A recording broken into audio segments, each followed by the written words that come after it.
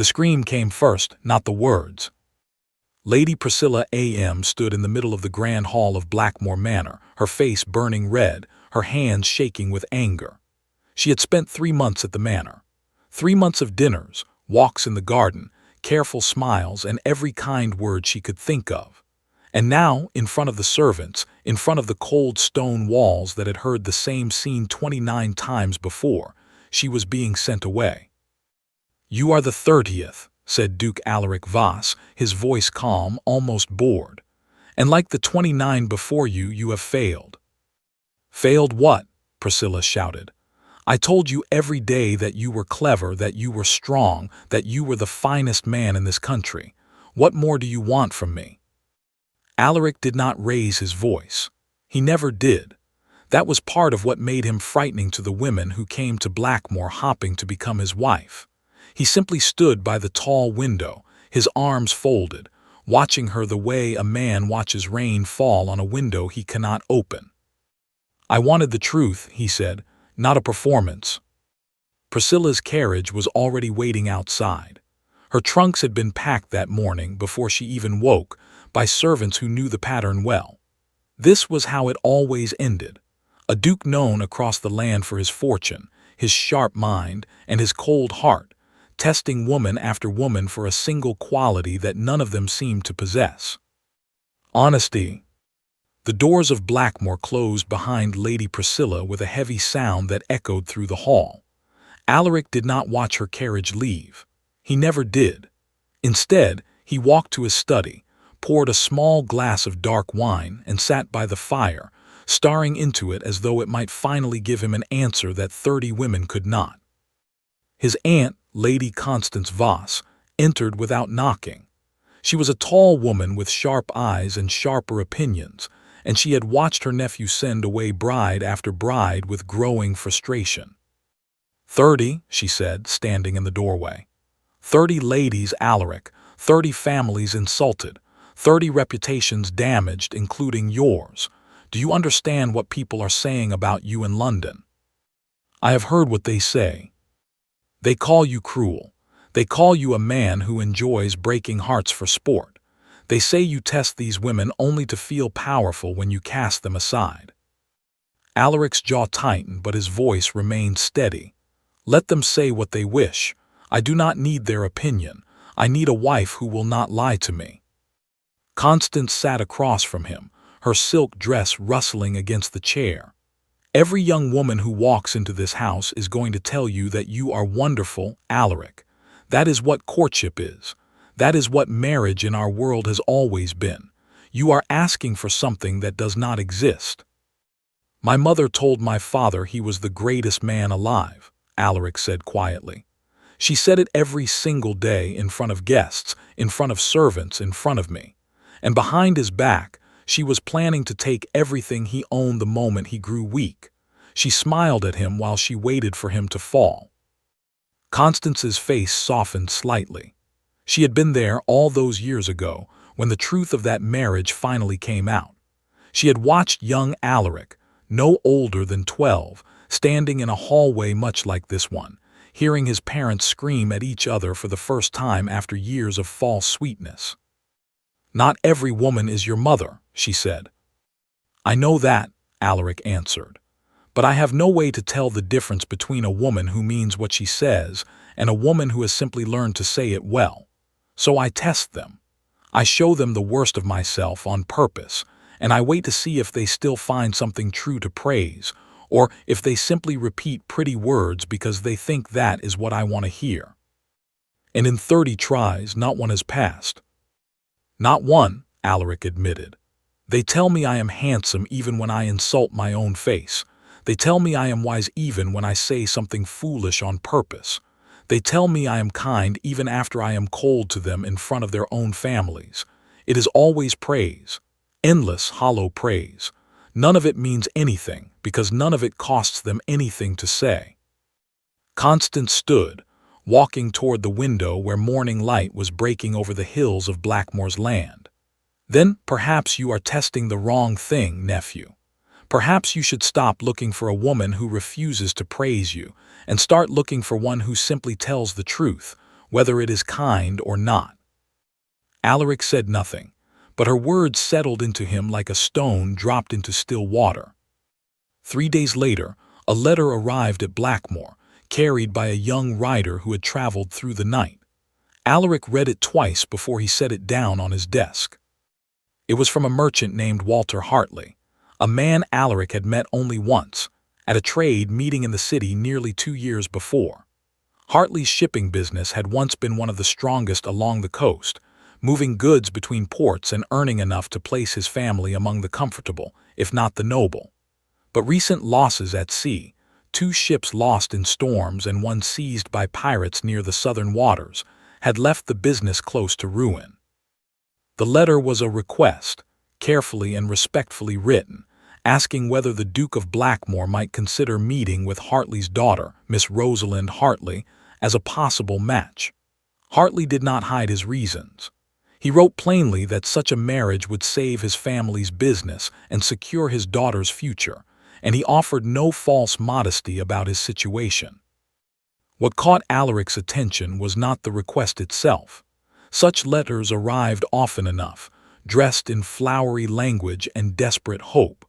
It was the single line near the end that made him sit back in his chair.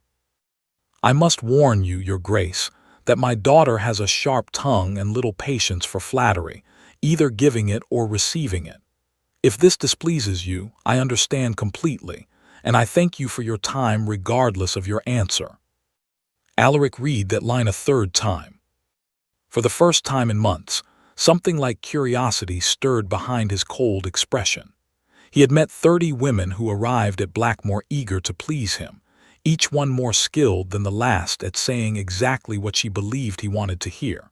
Not one of their fathers had ever written to warn him that his daughter might refuse to flatter him at all. He called for his steward, an older man named Edwin who had served the Voss family for over 20 years, and had watched all 30 failed courtships from the sidelines with quiet patience. "Send word to Mr. Walter Hartley," Alaric said. "Tell him his daughter is invited to Blackmore. Tell him I will meet her myself and that I will judge her as I have judged the others." Edwin hesitated. "Your Grace, if I may ask, why this one? What is different?" Alaric looked at the letter again, at the single honest line buried among careful politeness. "Because her father did not try to convince me she was perfect," he said. "He told me she has a sharp tongue. Everyone else has sent me their daughters wrapped in praise before I ever met them. This man sent me a warning instead." Edwin allowed himself a small smile, the kind he rarely showed in front of the Duke. "Then perhaps this one will be different, Your Grace." "Perhaps," Alaric said. "Or perhaps she will be exactly like the rest, and I will send her home within the week, just as I sent the others." But even as he said it, something in his chest refused to believe his own words. He walked to the window, the same window where he had watched Lady Priscilla's carriage disappear down the long road just days before, and for the first time in a long while, he found himself hoping that the next carriage to arrive at Blackmore would carry someone who did not care whether he liked what she had to say. 3 weeks passed before word came that Miss Rosalind Hartley had accepted the invitation and would arrive at Blackmore within the fortnight.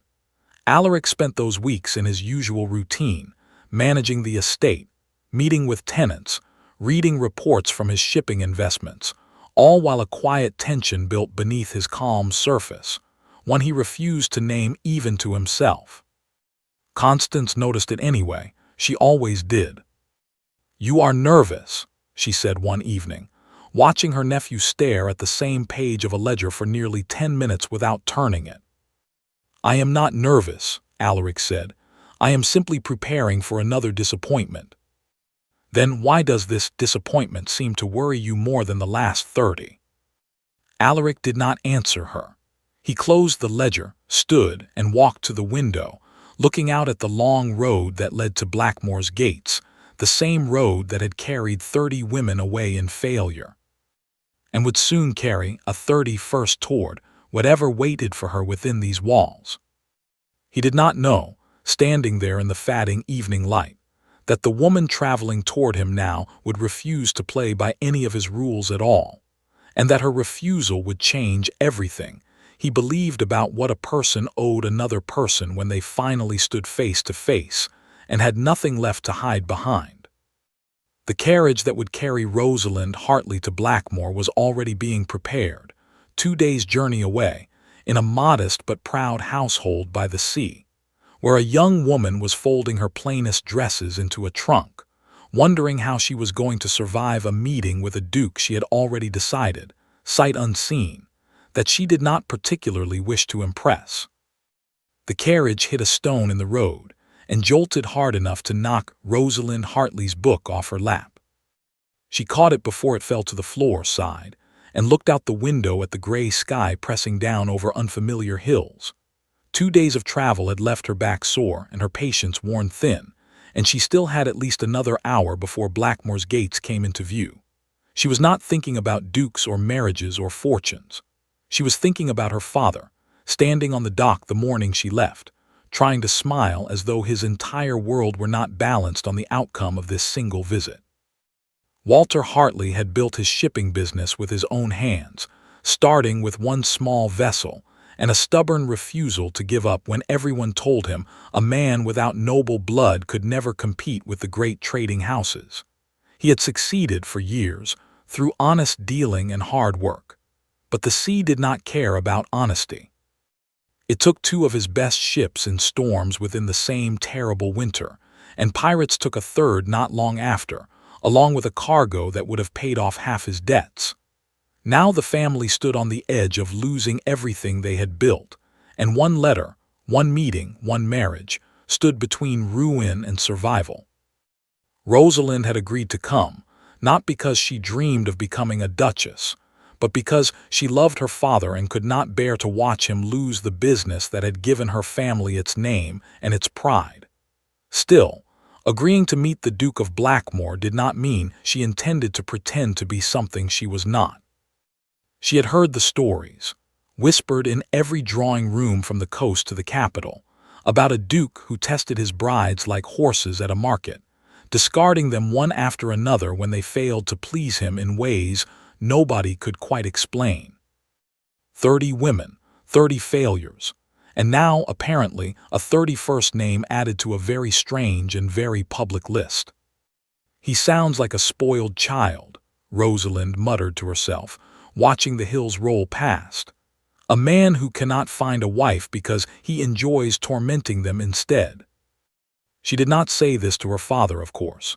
She had simply packed her trunk, kissed him goodbye, and promised to do her best, all while privately deciding that her best would not include flattering a stranger simply because he held a title and a fortune.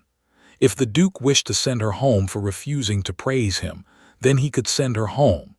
At least she would return with her dignity intact.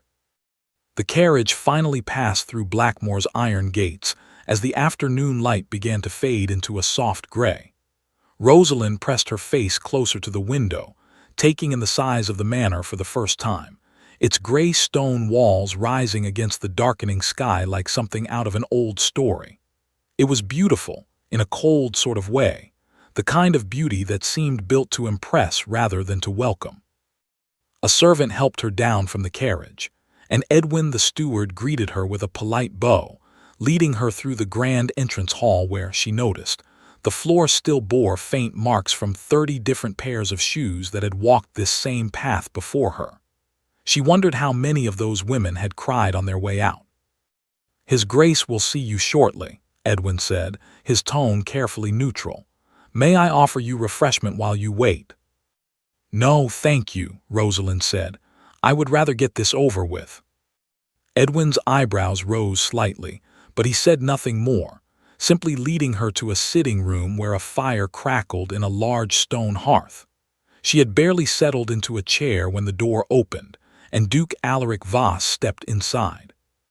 He was younger than she expected, though the stories had certainly made him sound ancient in cruelty if not in years. His dark hair was neatly combed, his clothing plain but well made, and his expression carried the same cold, measuring look she imagined he gave every woman who walked through his doors. She stood, offered a small curtsy out of politeness rather than respect, and waited. "Miss Hartley," he said, "I understand my reputation has traveled well ahead of me."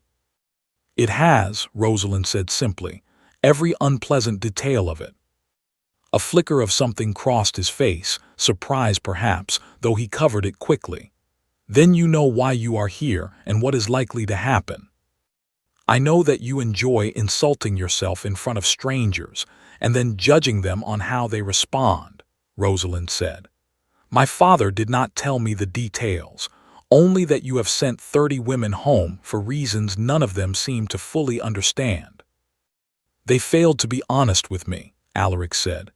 "Every one of them praised qualities I do not have, or praised me even when I gave them nothing worth praising. I have no patience for flattery, Miss Hartley. I would rather hear an honest insult than a false compliment." Rosalind studied him for a long moment, her arms folded, her expression unreadable. "That is a very convenient rule for a man who holds all the power in this room," she said. "You may insult yourself as much as you like, and if I disagree, you simply send me home, and I lose whatever I came here hopping to gain. Meanwhile, you lose nothing at all." Alaric blinked, clearly not expecting this response. 30 women had entered this room before her, and every single one had begun with careful compliments about the manner, his appearance, his reputation for cleverness. None of them had challenged the fairness of his test itself. "You think my method is unfair," he said slowly. "I think it is designed entirely around your comfort," Rosalind said. "You risk nothing by testing me. I risk everything by being here at all. If you wish to see whether I can be honest with you, then be prepared to hear things you may not enjoy, because I did not come here to flatter a man simply because he owns a large house and a famous name." For a long moment, Alaric said nothing. He walked slowly toward the fireplace, his hands clasped behind his back, studying the flames as though searching for the right response. When he finally turned back to face her, there was something different in his expression, not quite warmth, but a kind of sharp, careful interest that had not been there before. "Very well," he said. "Let us begin properly then. I am, by most accounts, a difficult man to love. I am cold with my servants more often than I should be. I lost my temper with a tenant farmer only last month over a matter that, in truth, was hardly worth the anger I gave it. I have sent 30 women away from this house, and I am fully aware that people in the city call me cruel for it. Tell me, Miss Hartley, what do you find admirable about a man like that?" Rosalind held his gaze without flinching. "Nothing yet," she said. "I have known you for less than 10 minutes. I have no idea whether you are a good man or a cruel one. I would be lying if I told you otherwise, and I believe lying is exactly what you claim to despise." The room fell silent except for the soft crackle of the fire. Alaric stared at her as though she had spoken in a language none of the previous 30 women had ever used. His jaw tightened, not with anger, but with something closer to shock, the particular shock of hearing, for the first time in years, an answer he had not been able to predict. "Every woman who has stood where you are standing," he said slowly, "has found something to praise within the first few minutes. My eyes, my voice, my supposed wisdom. You are the first to tell me you have nothing to say at all." "Would you prefer I invent something?" Rosalind asked. "I could tell you that your eyes are remarkable, or that your voice carries great authority, if that is what would please you. But it would mean nothing, because I would be saying it to secure my family's future rather than because I believe it. Is that truly what you want from a wife, your grace? A woman skilled at saying what benefits her?" Alaric's expression shifted again, the sharpness in his eyes softening just slightly, replaced by something that looked almost like the beginning of respect, though he seemed unwilling to let it show fully. "No," he admitted quietly, "that is precisely what I do not want." "Then perhaps," Rosalind said, "you should stop expecting praise within the first 10 minutes of meeting someone, and start allowing enough time to pass that any praise given might actually mean something." Edwin, standing quietly near the door, allowed himself the smallest of smiles, one he quickly hid behind a cough. In 20 years of service, he had never once heard anyone speak to the Duke in quite this manner, and he suspected, watching his master's face carefully, that Alaric had never once been spoken to this way either. Alaric studied Rosalind for a long moment, his mind working through the strange, uncomfortable reality that the test he had used 30 times before had simply failed to work, not because Rosalind had passed it or failed it, but because she had refused to participate in it at all. "You realize," he said finally, "that most families in your position would have coached their daughter carefully before sending her here. Praise the Duke early, praise him often, secure the match before he has time to grow suspicious. Your father did not do this. Neither, it seems, have you." "My father raised me to speak the truth," Rosalind said, "even when the truth is inconvenient. He is a proud man, your grace, even now, with his business in ruin around him. He would rather I return home unmarried than watch me lie my way into a fortune." Something in Alaric's chest tightened at those words, an old memory stirring, of a mother who had never once told his father an inconvenient truth, and a household that had crumbled because of it. "Stay through the evening meal," he said abruptly. "I find myself curious to see whether your honesty extends beyond a single conversation, or whether it fades once you understand what refusing to flatter me might cost you." Rosalind lifted her chin slightly. "I do not change my manner of speaking based on what it might cost me, your grace. You may test that as long as you wish." Alaric almost smiled then, a small, unfamiliar movement at the corner of his mouth that vanished as quickly as it appeared. "We shall see, Miss Hartley," he said. "We shall see." As she was led to her room to prepare for dinner, Rosalind allowed herself a single deep breath, her heart beating faster than she wanted to admit. She had expected to dislike this strange, cold Duke, and in many ways she still did. But there had been a flicker of something in his eyes when she refused to flatter him, something that looked almost like relief, as though he had been waiting a very long time for someone to finally stop performing and simply speak. She did not know, as she stood by the window of her guest room looking out over Blackmore's darkening grounds, that this single evening meal would be only the beginning of a far longer test, one that would ask far more of her than simple honesty, and one that would eventually ask the same of the Duke himself. The rain began just before dawn, quiet at first, then heavier, until it beat against the windows of Blackmore like a warning nobody could ignore. By the time Rosalind came downstairs, the great hall was already full of noise and movement. Servants ran between rooms carrying lanterns and oilcloth. Edwin stood near the front door speaking quickly with a mud-covered rider who had clearly traveled through the storm rather than around it. Rosalind caught only fragments of the conversation, but the words she heard were enough to worry her. The river, the lower village, water rising fast. Alaric appeared moments later, already dressed for the outdoors, pulling on a heavy riding coat as he crossed the hall. "The river has broken its bank near Milford," Edwin told him.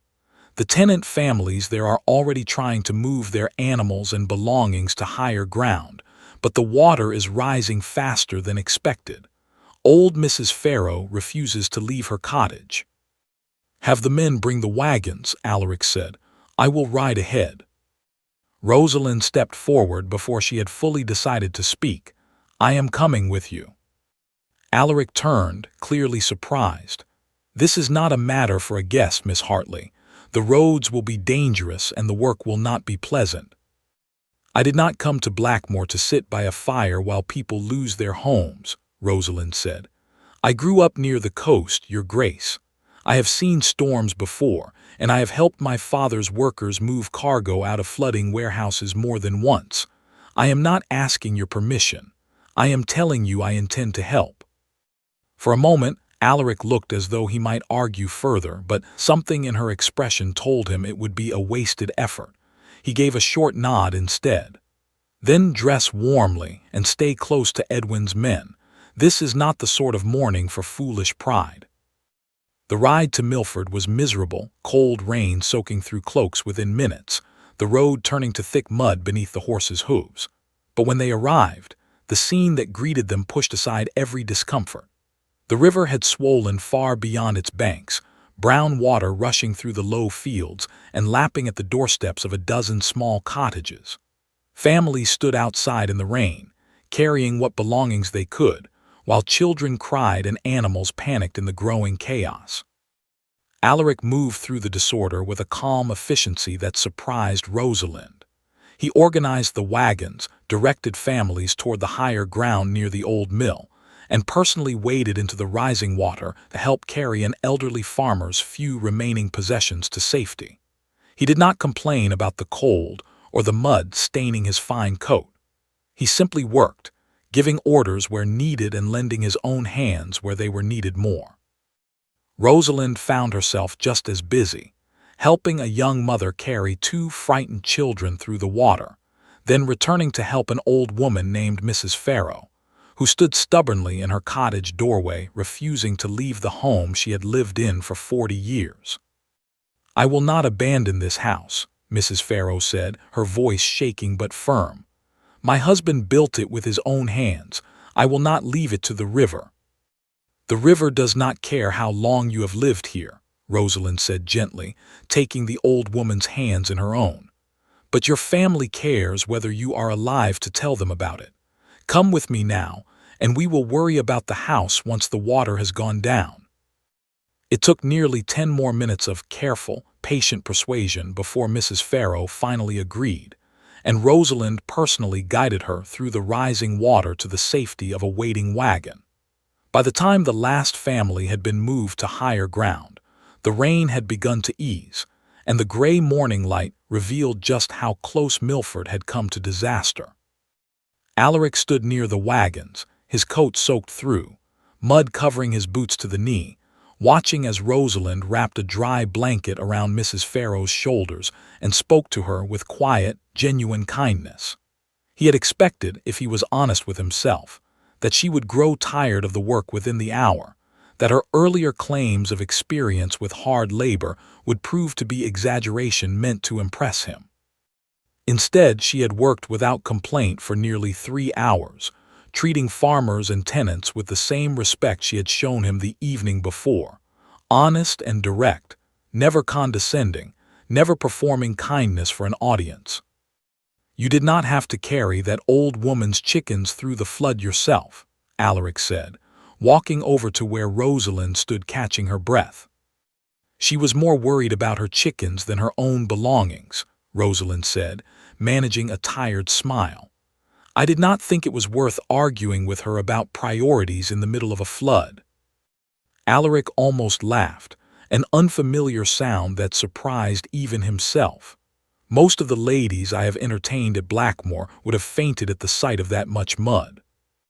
"Then perhaps you have been entertaining the wrong sort of ladies," Rosalind said, and this time Alaric did laugh, a short, genuine sound that seemed to catch him off guard as much as it caught her. Over the following days, as Milford slowly recovered from the flood, Alaric found himself watching Rosalind more closely than he intended.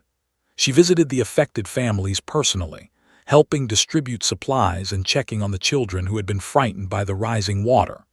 She spoke plainly with the tenant farmers, asking honest questions about what they needed rather than offering the kind of vague sympathy nobility often gave without real understanding.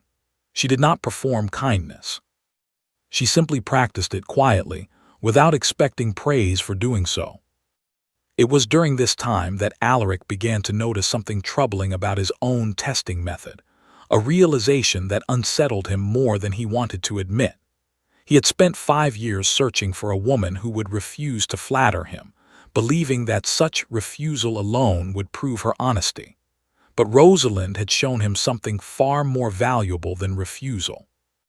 She had shown him honesty through action, the kind that could not be faked in a single clever conversation, the kind that revealed itself only over days and weeks of consistent behavior when nobody was specifically testing her at all. His Aunt Constance arrived at Blackmore nearly a week after the flood, drawn by rumors that had already begun spreading through the county about a merchant's daughter who had waded into floodwaters alongside the Duke himself. She found Alaric in his study, staring at reports from Milford's recovery efforts with an expression she had not seen on his face in years, something almost like hope, carefully guarded but undeniably present. "The whole county is talking about her," Constance said, settling into a chair across from her nephew. "They say she carried an old woman's chickens through the flood with her own hands. They say she spoke to the tenant farmers as though they were her equals rather than her servants." "She did," Alaric said simply. "And what do you think of her, now that the flood has passed and you have had time to consider it properly?" Alaric set down the report in his hands and looked at his aunt directly. "I think I have spent 5 years testing women with words, when the truth about a person's character reveals itself far more clearly in their actions. Miss Hartley has not once tried to impress me. She has simply done what needed doing, and allowed me to draw my own conclusions." Constance studied him carefully. "That sounds a great deal like admiration, nephew." "It is respect," Alaric said, though even as he spoke the words, he was not entirely certain they were complete. Whether it becomes something more remains to be seen.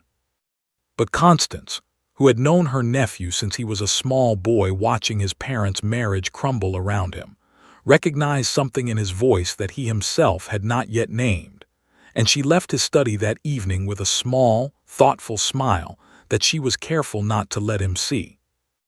Not everyone in the county greeted the growing attention around Rosalind Hartley with such warmth.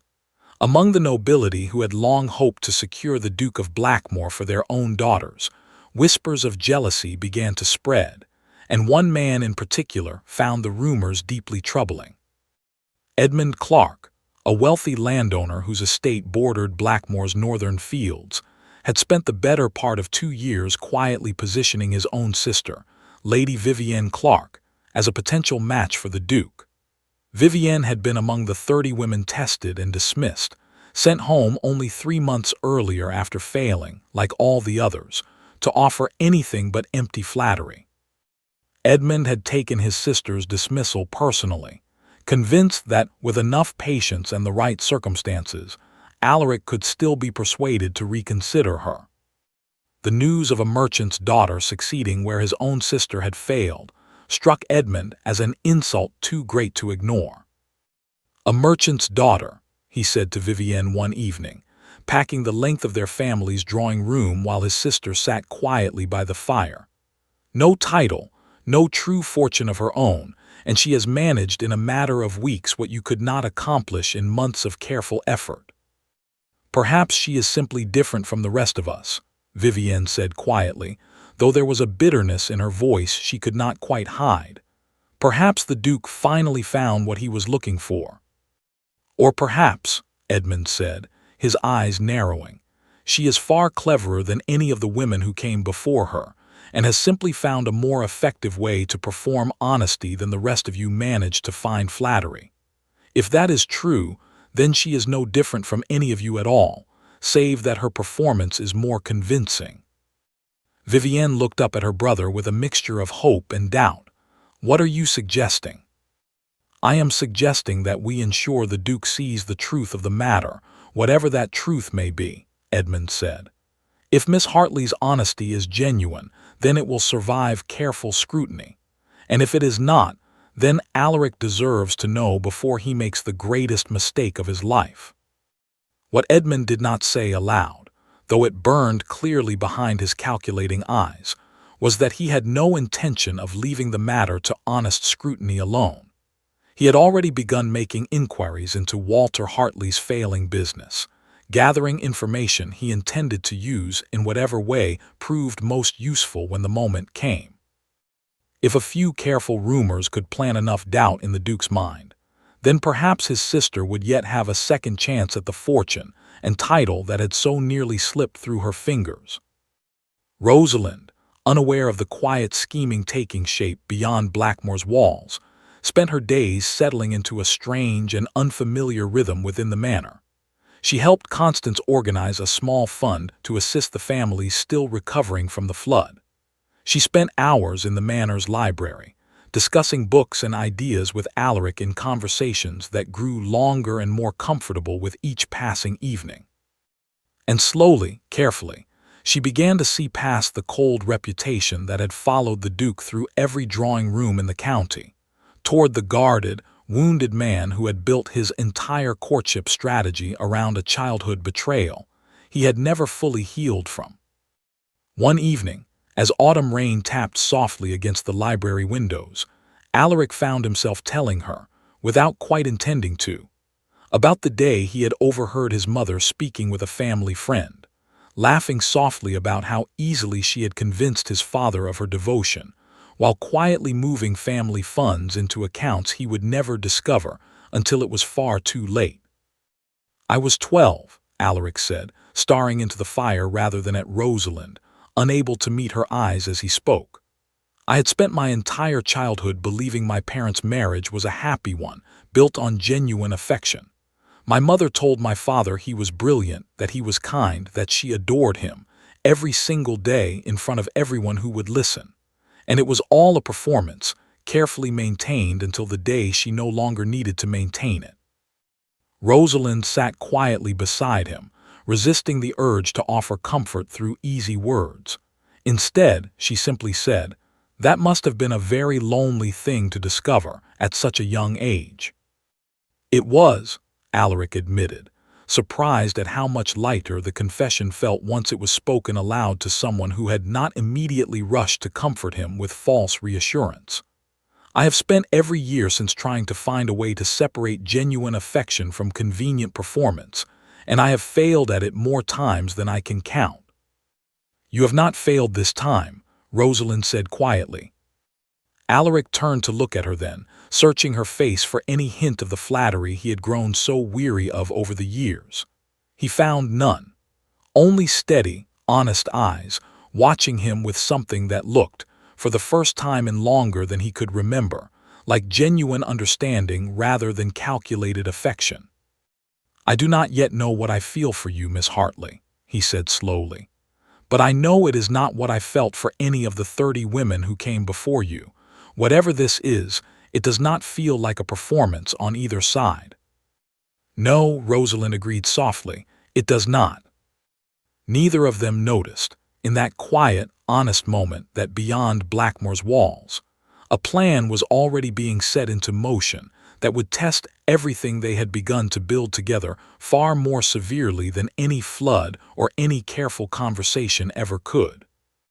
The letter arrived at Blackmore addressed to Constance, though its true intention became clear the moment she began reading it in her private sitting room.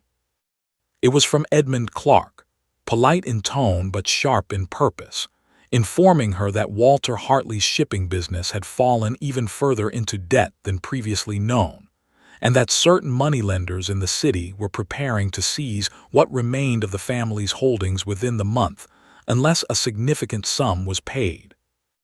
Edmund's letter suggested, with careful and deliberate phrasing, that Rosalind's presence at Blackmore might be motivated by more urgent desperation than the young woman had allowed anyone to see, and that perhaps the Duke deserved to know the full truth before he committed himself further.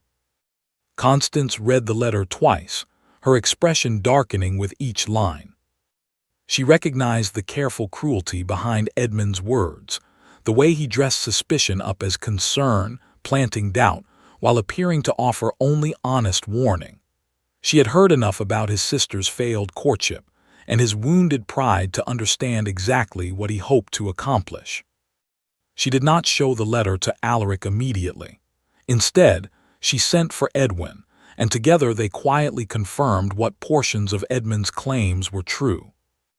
Walter Hartley's business was indeed in far worse condition than his earlier letter had suggested, with debts now due within weeks rather than months, a fact Rosalind herself had not fully shared with anyone at Blackmore, perhaps out of pride, perhaps out of fear that revealing the full extent of her family's desperation would confirm every suspicion the Duke's testing method had been designed to catch. Constance found Rosalind in the garden the following afternoon, walking alone among the last of the autumn roses, her expression distant and troubled in a way that confirmed at least part of what the letter had suggested. "Your father's situation is worse than you have told us," Constance said gently, no accusation in her voice, only quiet concern. Rosalind's shoulders tensed, but she did not deny it. "The moneylenders have given him until the end of the month," she said quietly. "If I cannot secure this match or find some other way to raise the funds, my family will lose everything my father spent 30 years building." "Why did you not tell Alaric this directly?" "Because the moment I do," Rosalind said, her voice tightening with barely controlled emotion, "every honest word I have spoken to him becomes suspect. He will wonder whether I have been telling him the truth this entire time, or whether I have simply been more patient and more careful than the 30 women before me, waiting for the right moment to secure what I came here for in the first place." Constance studied her for a long moment. "And has that been your intention, to wait and to calculate and to secure your family's future through careful patience rather than honest desperation?" "No," Rosalind said firmly, meeting Constance's eyes without hesitation. "I have told him the truth in every conversation we have had. I simply did not tell him how badly I needed that truth to be enough, because I did not want him to doubt whether it was truth at all." Constance nodded slowly, understanding the painful contradiction Rosalind had been carrying alone. "Then you must tell him now, before someone else tells him a version shaped to serve their own purposes rather than yours." But before Rosalind could act on this advice, Edmund Clark made certain that his own version reached Alaric first. He arrived at Blackmore 2 days later, uninvited but welcomed with the careful courtesy nobility owed one another, and requested a private audience with the Duke under the guise of discussing matters related to their neighboring estates. Once alone with Alaric in his study, however, Edmund wasted little time turning the conversation toward Rosalind. "I feel it is my duty as a neighbor and a friend to share something troubling," Edmund said, his voice carefully measured to sound reluctant rather than eager. "I have learned that Walter Hartley's business is closer to complete ruin than anyone previously understood. His daughter's presence here, however admirable her manner may appear, is driven by desperate necessity rather than genuine affection. I would hate to see you deceived, Your Grace, by a woman clever enough to appear honest while concealing the true depth of her family's crisis." Alaric's expression remained carefully controlled, though something cold settled in his chest at Edmund's words. "Miss Hartley has never hidden that her family's situation was difficult," he said. "Difficult, yes," Edmund said smoothly. "But has she told you the moneylenders will seize everything within weeks? Has she told you that her calm, honest manner might simply be the most convincing performance you have encountered in 5 years of testing, precisely because it does not feel like a performance at all? Consider, Your Grace, that a woman desperate enough might learn exactly what you wish to hear is not flattery, but its opposite, and craft her honesty as carefully as any of the 30 women crafted their compliments." The words landed exactly where Edmund intended them to land, striking directly at the old wound Alaric had carried since childhood, the fear that even the most convincing honesty might conceal a calculated performance beneath its surface. Long after Edmund departed, Alaric remained in his study, staring at the fire, turning the poisonous suggestion over in his mind until doubt began to take root where trust had only recently begun to grow.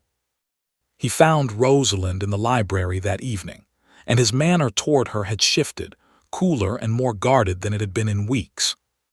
"Is there something you have not told me about your father's business?" he asked directly, watching her face carefully for any flicker of hesitation.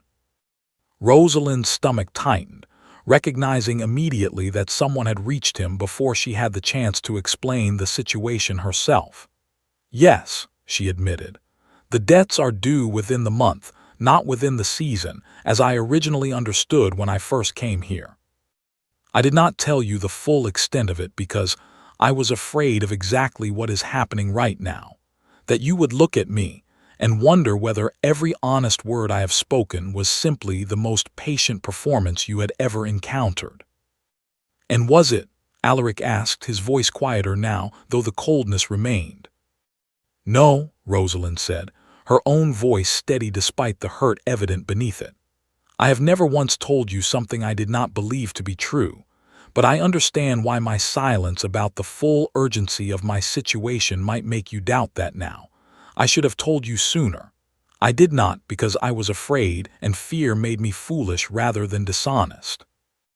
Alaric studied her for a long, silent moment, the fire crackling between them, memories of his mother's careful, calculated devotion warring against everything he had witnessed in Rosalind over the past weeks. The flood, the honest conversations, the quiet kindness shown to strangers who could offer her nothing in return. I do not know what to believe anymore, he said finally, and the admission seemed to cost him something deep and painful. I built an entire system to protect myself from exactly this uncertainty, and somehow, standing here now, I find myself exactly as uncertain as I have always been. Rosalind stepped closer, though she did not reach for him. Then perhaps your system was never going to work, Your Grace, because certainty is not something one person can extract from another through careful testing. It is something that grows slowly, through trust freely given, and yes, sometimes through mistakes and silences that later require honest explanation. I cannot prove to you in this single conversation that I have never once deceived you. I can only tell you that I have not, and trust that the weeks we have spent together mean something more than a single uncomfortable revelation can erase. Alaric turned away from her, walking toward the window, his reflection faint against the darkened glass. Edmund Clark suggested that your honesty might be the most convincing performance of all, precisely because it does not feel like one. And what do you believe? Rosalind asked quietly. For a long moment, Alaric said nothing, wrestling with a doubt that had been carefully planted and skillfully watered by a man who had every reason to want this match destroyed. But slowly, as he thought back over every honest, uncomfortable, unflattering thing Rosalind had said to him since the moment they met, from her blunt assessment of his testing method to her refusal to praise him even now, when doing so might have eased this very conversation, something in his chest began to settle. I believe, he said slowly, turning back to face her, that a woman skilled enough to perform honesty this convincingly would have found it far easier and far more comfortable for herself to simply tell me what I wanted to hear when Edmund's accusations first reached me. Instead, you told me the truth, even knowing it might cost you everything you came here to secure. It very well might still, Rosalind said softly. Perhaps, Alaric admitted, but I find myself unwilling to let Edmund Clark's jealousy decide what I believe about the one person who has never once lied to me since we met.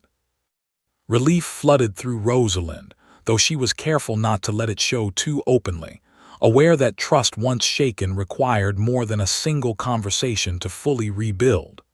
Then perhaps, she said carefully, you might consider telling me directly when doubts arise, rather than allowing men like Edmund Clark to plant them without my knowledge. That seems fair, Alaric said, something almost like a smile touching his expression. Though I suspect Edmund will not give up so easily. His sister's pride was wounded when I sent her home, and men like him rarely forgive such wounds quietly. He was right to suspect it.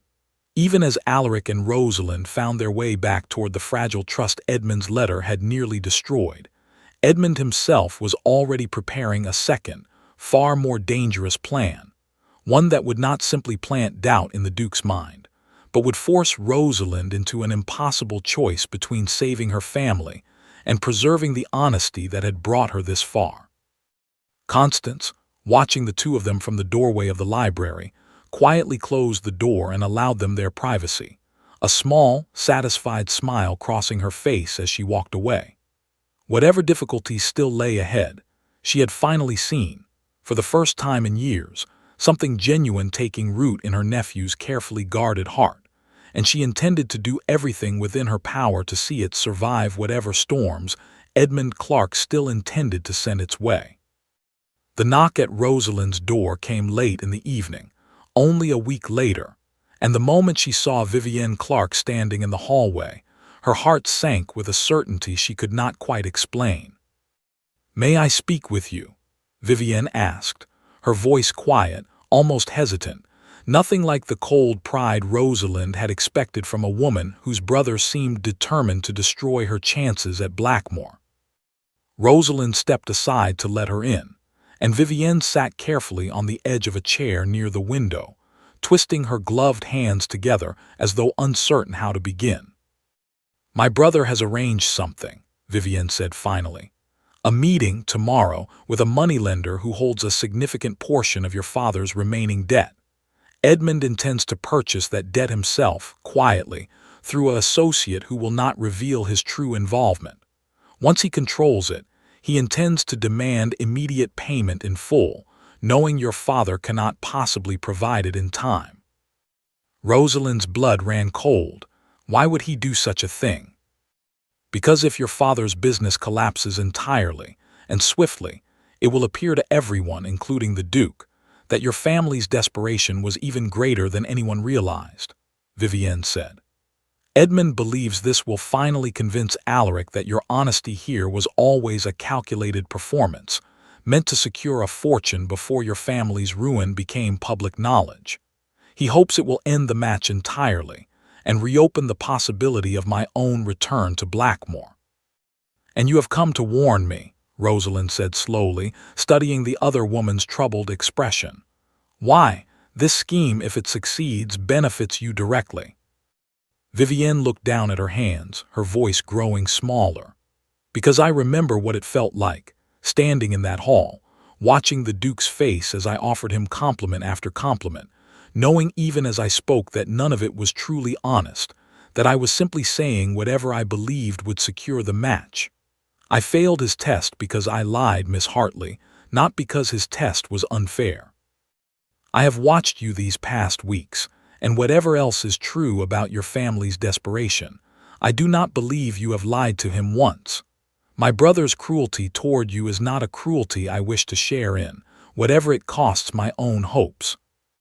Rosalind reached out and took Vivienne's hand, genuinely moved by the confession. "Thank you for telling me this. You did not have to." "No," Vivienne agreed. "But I find I am tired of performances, Miss Hartley, my own included. Perhaps it is time I learned something from your example, however difficult that lesson might prove." That night, Rosalind faced the choice Edmund's scheme had been carefully designed to force upon her. She could go to Alaric immediately, tell him everything Vivienne had revealed, and warn him of her family's true peril before Edmund's plan could unfold. But doing so meant confessing, once again, that her father's situation was worse than she had previously admitted, reopening the very doubts that had nearly destroyed their fragile trust only a week before. Or she could attempt to solve the crisis quietly on her own, borrowing against whatever remained of her own small inheritance, hoping to outmaneuver Edmund before his scheme could take full effect, and never mention the danger to Alaric at all. The second choice tempted her more than she wanted to admit. It would spare her the discomfort of another difficult conversation, another moment where Alaric's eyes might narrow with suspicion at yet another revelation she had chosen to keep from him. But even as she considered it, she recognized the quiet dishonesty hidden within that choice, a silence that would protect her comfort at the cost of the very openness she had insisted upon since the moment they met.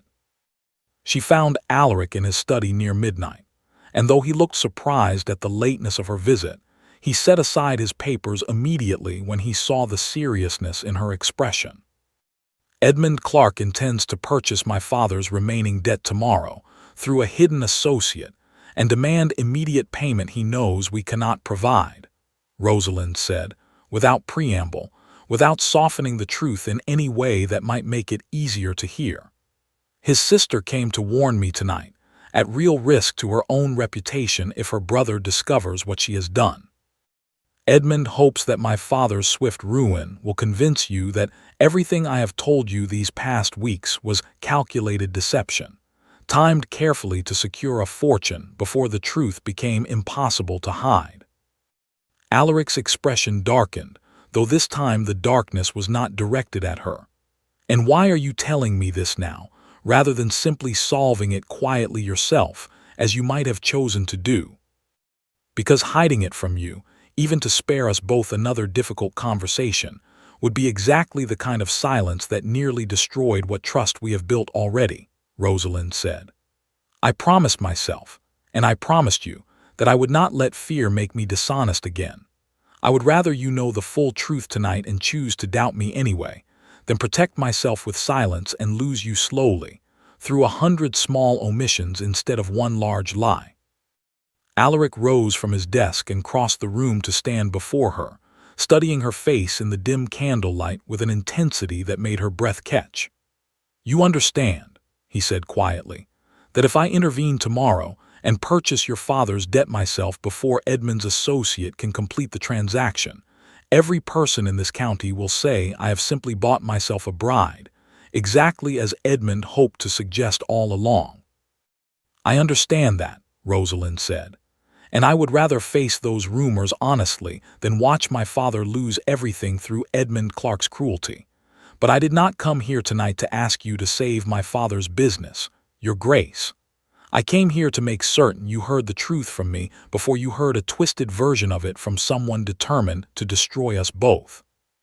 Something shifted in Alaric's expression then, the last remaining shadow of doubt finally clearing from his eyes as he looked at the woman standing before him, who had chosen honesty even when silence would have been so much easier, who had walked into his study at midnight not to secure his help, but simply to ensure he was never deceived, not even by her own careful omission.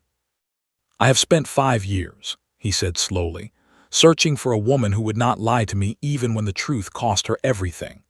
I built an elaborate, cruel system to find her, tested 30 women with performances designed to reveal weakness rather than strength, and every single time I failed because I was looking for the wrong thing entirely. I was searching for a woman who would refuse to flatter me. I should have been searching for a woman who would tell me the truth, even when it frightened her to do so." "And have you found her?" Rosalind asked softly. "I believe I found her weeks ago," Alaric said, "standing in a flooded village, carrying an old woman's chickens through the rain, and I have simply spent every day since trying to convince myself I was not foolish enough to fall in love with a woman I had known for such a short time." Rosalind's breath caught at the words, spoken so plainly, without a hint of performance or calculation. "I did not come here tonight hoping to hear that," she said. "I know," Alaric said. "That is precisely why I am saying it now."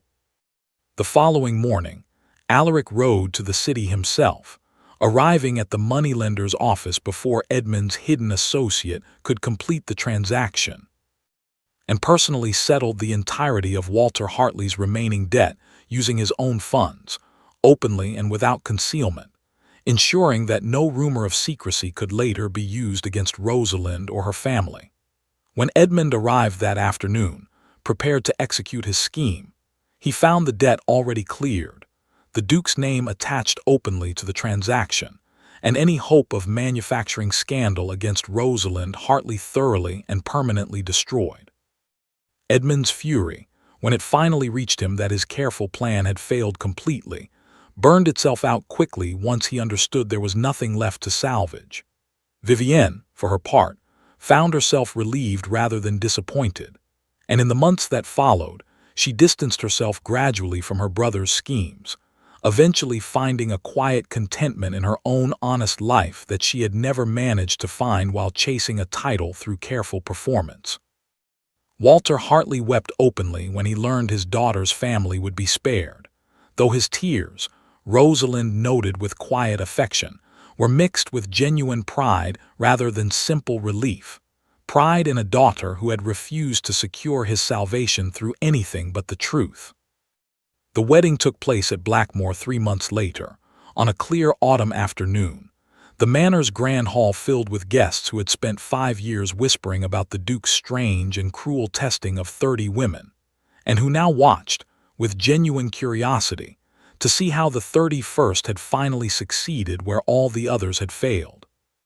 Constance stood near the front of the gathered crowd, watching her nephew with tears she made no effort to hide, remembering the frightened 12-year-old boy who had once stood in a hallway listening to his parents' marriage collapse, and marveling at the calm, genuine happiness now visible on his face as he waited for his bride.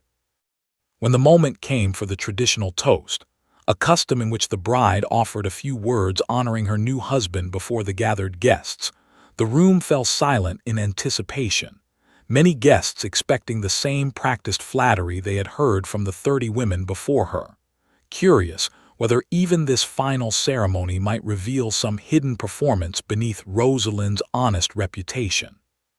Rosalind rose, glass in hand, and looked directly at Alaric rather than at the crowd surrounding them. "I will not tell you that my husband is the most perfect man in this kingdom," she said, her voice steady and clear enough to carry across the silent hall.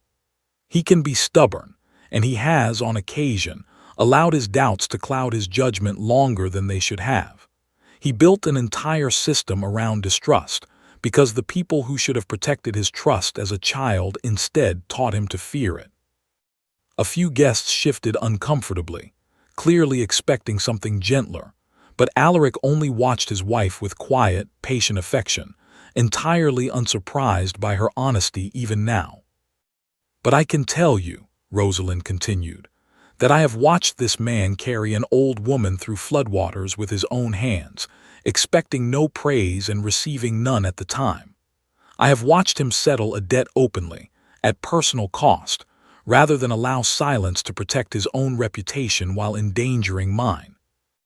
I have watched him choose truth, difficult and uncomfortable as it sometimes is, over the easy comfort of flattery, even when the truth cost him certainty he desperately wanted to hold on to. I do not know if he is the greatest duke this kingdom has ever known. I know only that he is an honest one, and after everything I have seen in this house, I have come to believe that honesty is worth far more than any performance of greatness could ever be."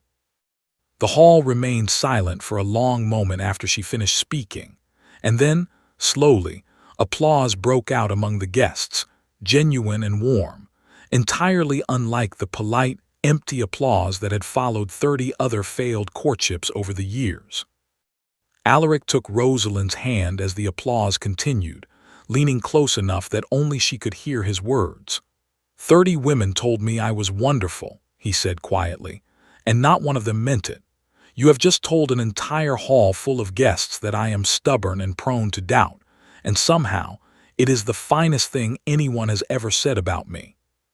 "That is because it is true," Rosalind said simply, "and because you finally understand the difference."